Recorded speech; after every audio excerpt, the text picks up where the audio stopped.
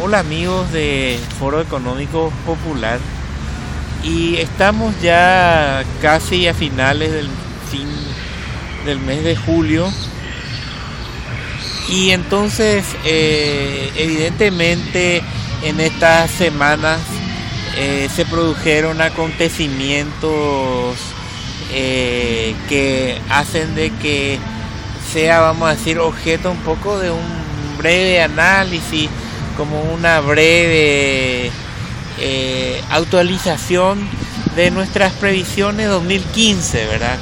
De qué es lo que cuál sería el escenario que nosotros calculamos en enero. Evidentemente nosotros en enero habíamos hecho énfasis en dos aspectos que la economía paraguaya iba a pasar, ¿verdad? Uno es la desaceleración de la economía brasileña con un crecimiento cero, que fue, vamos a decir, el resultado del crecimiento 2014 en la economía del Brasil.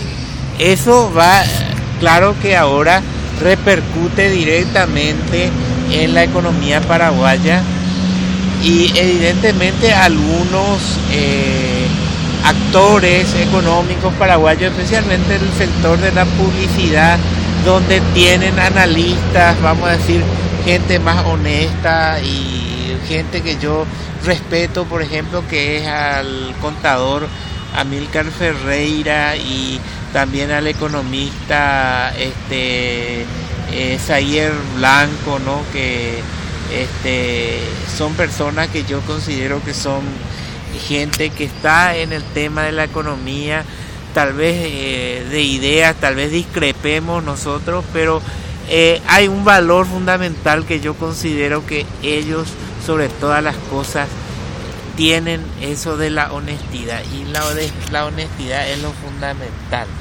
Entonces, bueno, evidentemente ellos plantean de que la salida a este proceso de estancamiento económico, de paralización de la economía paraguaya, se puede, vamos a decir, darle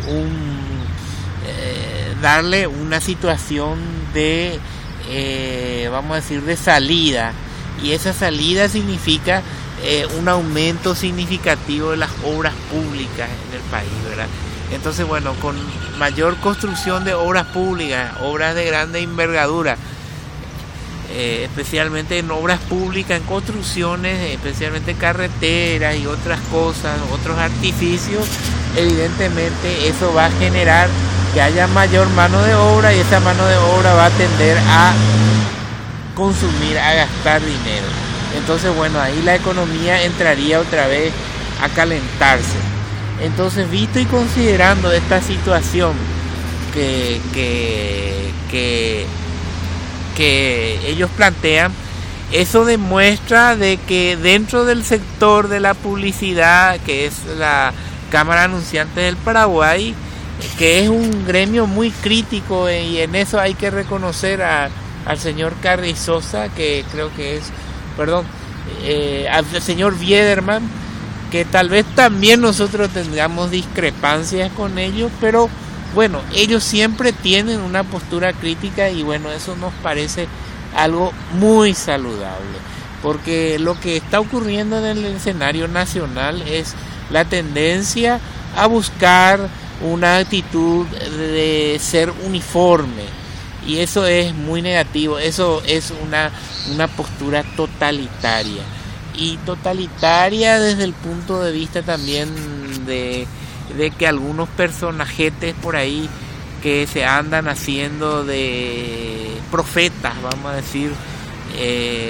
como este personaje Griffin, que tiene una página que yo no sé si es página, no sé qué es, al menos la de Plataforma Social Paranaense, ustedes encuentran en Facebook, también Foro Económico Popular, encuentra en Facebook, hay un responsable, hay una persona que escribe, y en el caso de Griffin, él tiene una página que no sé qué, de dónde viene, a dónde va, cuál es su objetivo. Lo único que él plantea es, vamos a decir, un renacimiento del Paraguay con una connotación mística, y eso me parece muy, muy peligroso, porque de repente pues todos los países del mundo, o sea, toda la humanidad somos pecadores. Eso como que nosotros nos reconocemos cristianos. Evidentemente todos dentro del cristianismo admitimos que en algún momento caemos en pecado, ¿verdad? Algún talemos caemos en pecado menos grave o más grave, pero siempre vamos a caer en el pecado. O sea que siempre vamos a tener pecado. Entonces no podemos decir que una nación es supuestamente bendecida y que no. Evidentemente el Paraguay es un país muy bendecido, nadie discute en ese punto, en algunas cosas, pero también es maldecido en muchas otras cosas. Y entonces cuando aparecen estas visiones así medio místicas, estas son visiones muy peligrosas, porque hacen de que la gente pierda el sentido de la razón. Y nosotros que somos así mayoritariamente católicos, la Iglesia dice de que la fe se explica con la razón. Entonces, bueno, si nosotros no ponemos, coloquemos la fe, pero al mismo tiempo evaluemos con la razón.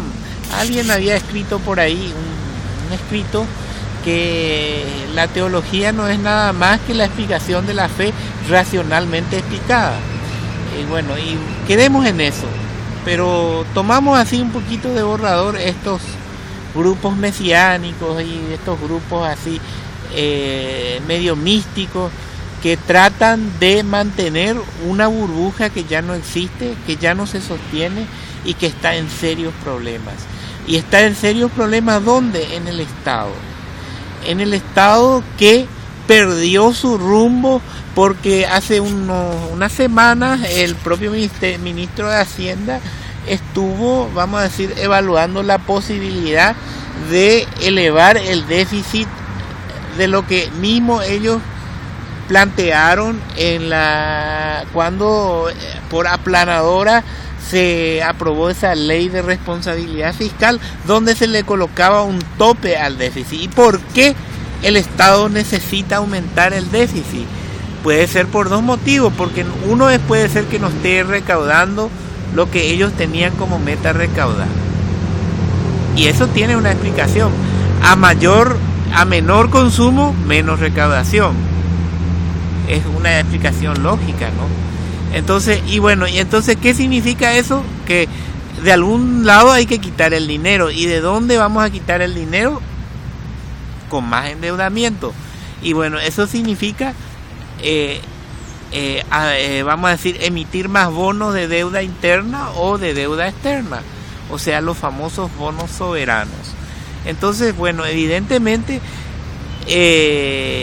cuando el Estado, o sea, cuando el Ministerio de Hacienda considera que elevemos el techo del déficit, significa de que la fiesta se termina. No hay dinero ni siquiera para pagar sus propios sueldos. Entonces, bueno, aumentemos el techo de la deuda. Eso es lo que significa aumentar el déficit. Bueno, un poquitito eso es lo que después ellos en conversaciones, ahora que estuvo la Expo, bueno, se pusieron en contacto con el sector privado, y seguramente el sector privado, hay mucha sensatez en algunos sectores, especialmente en la Cámara de Anunciantes. Entonces, bueno, se detuvo esa barbaridad que sería aumentar el techo el techo del déficit, porque ahí estarían borrando con el codo lo que escribieron en la ley de adecuación fiscal, que es uno de los puntos, vamos a decir, fundamentales del proceso económico o del proyecto económico del gobierno actual. Otro puntal era la ley de asociación pública-privada, que con este enfriamiento económico global, muy pocos inversionistas van a venir, especialmente aquellos inversionistas que ellos consideran amigos de ellos, que generalmente son gente vinculados a hacer negocios en burbujas, y cuando una burbuja se desinfla ya no es negocio para ellos porque no hay nada que repartir. O sea que no hay fondos de bonos soberanos a las cuales donde ellos podrán hacer negocios. Esa es la realidad, y eso tiene un ejemplo trágico que es una comedia, un drama que puede ser un drama económico griego, que es el drama actual de Grecia, ¿verdad?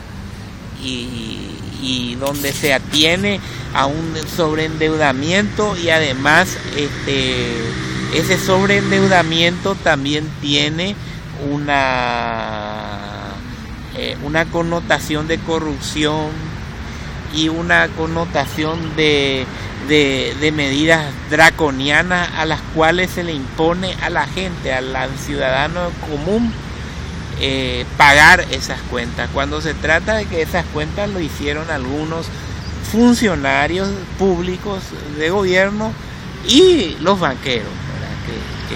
Que son los que hicieron hacer que ese endeudamiento o ese déficit aumentara de una manera galopante y astronómica y catastrófica, ¿no? Bueno, un poquitito eso para hacer un poco este apéndice de Foro Económico Popular, y vamos a estar siempre tratando de explicar el intrincado mundo de la economía. Adiós.